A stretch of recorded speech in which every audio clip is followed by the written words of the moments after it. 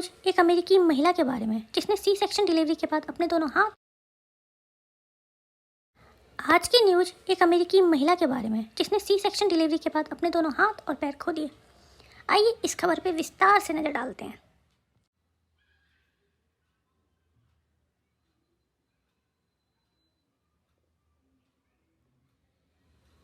एक चौंकाने वाली घटना में यूएसए में 29 वर्ष की एक औरत ने सी सेक्शन के माध्यम से अपने दूसरे बच्चे के जन्म के बाद सेप्टिक शॉक में गिरने के बाद अपने दोनों हाथ और पैर खो दिए।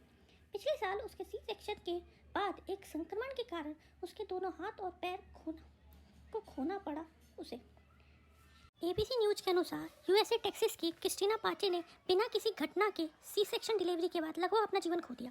24 अक्टूबर 2022 को अपने दूसरे बच्चे को जन्म देने के बाद उनको अपने दोनों अंगों से भी हाथ धोना पड़ा। पिछले साल अक्टूबर में सी सेक्शन से संक्रमण का परिणाम था ये। क्रिस्टीना के मुताबिक पिछले साल जिस दिन उन्हें अस्पताल से छुट्टी मिली उसी दिन उन्हें बुखार महसूस हुआ, लेकिन उसने सोचा कि यह ठीक होने की एक प्रक्रिया है। अस्पताल में नर्स ने उन्हें आइफोफ्रिन दिया, उसे घर और उसके बाद उनको घर भेज दिया। क्रिस्टीना जो 1-2 साल के बच्चों की माँ भी है ने कहा कि वह जब लगातार अस्वस्थ महसूस कर रही थी और एक डॉक्टर के पास गई तो उन्हें स्थानीय आपातकालीन कक्ष ले जाया गया। उसे जल्द ही सैन एंटोनियो के एक अस्पताल में ले जाया गया जहां डॉक्टर ने पुष्टि की कि उनका शरीर सेप्टिक शॉक में चला गया है। मुझे बस याद है कि मैं अब सांस नहीं ले पा रही थी और मैं अब कुछ समझ नहीं पा रही थी, ना कुछ देख पा रही थी और धीरे धीरे मैं अपने प्राण बाहर निकलते महसूस कर पा रही थी। क्रिस्टीना ने एबीसी न्यूज़ को बताया, मेरे पति समझ में नहीं आ रहा था कि क्या कह रहे हैं, लेकिन थोड़ी थोड़ी बातें उनकी मेरे कानों में जा रही थी। मैं उन्हें थोड़ा थोड़ा सुन भी पा रही थी, जैसे वो कह रहे हो कृपया हमारे पास वापस आए, कृपया तुम्हारे बच्चे तुम्हारी ज़रूरत है। सेप्टिक शॉक सेप्सिस का सबसे खतरनाक चरण है जो तब होता है जब आपके शरीर में संक्रमण के प्रति अत्यधिक प्रभावित हो चुका हो और संक्रमण के चक्कर में आपके शरीर को उन्होंने अपने गिफ्ट में ले गया हो। लोक नियंत्रण और रोकथाम केंद्रों के अनुसार सेप्टिक संयुक्त राज्य में गर्भपात से संबंधित मृत्यु का दूसरा प्रमुख कारण है। केवल हृदय संबंधी स्थितियों के बाद ये दूसरा सबसे प्रमुख कारण है जब लोगों की मृत्यु हो जाती है।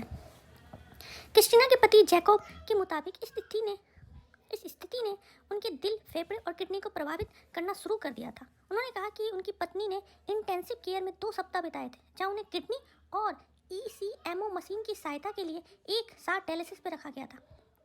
आपको बताते चले, ईसीएमओ लाइफ सेविंग मशीन है जो ब्लड से कार्बन डाइऑक्साइड को हटाती है और शरीर में ऑक्सीजन के साथ रक्त वापस देती है।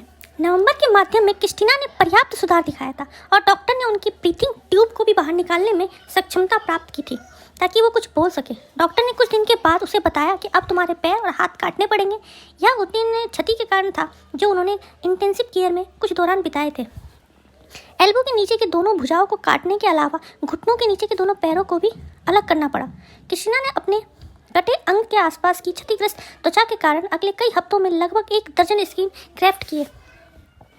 बताते चले, TIRR मेमोरियल के हरमन के मेडिकल डायरेक्टर विनय विनोद ने कहा कि क्रिस्टीना की ये आत्म प्रेरणा ने ही उन्हें इतनी जल्दी प्रोग्रेस करने में उनकी मदद की है। क्रिस्टीना अस्पताल में भर्ती होने के 100 दिन से ज़्यादा अधिक दिन के बाद 11 फरवरी को घर लौटने में सक्षम हुई है।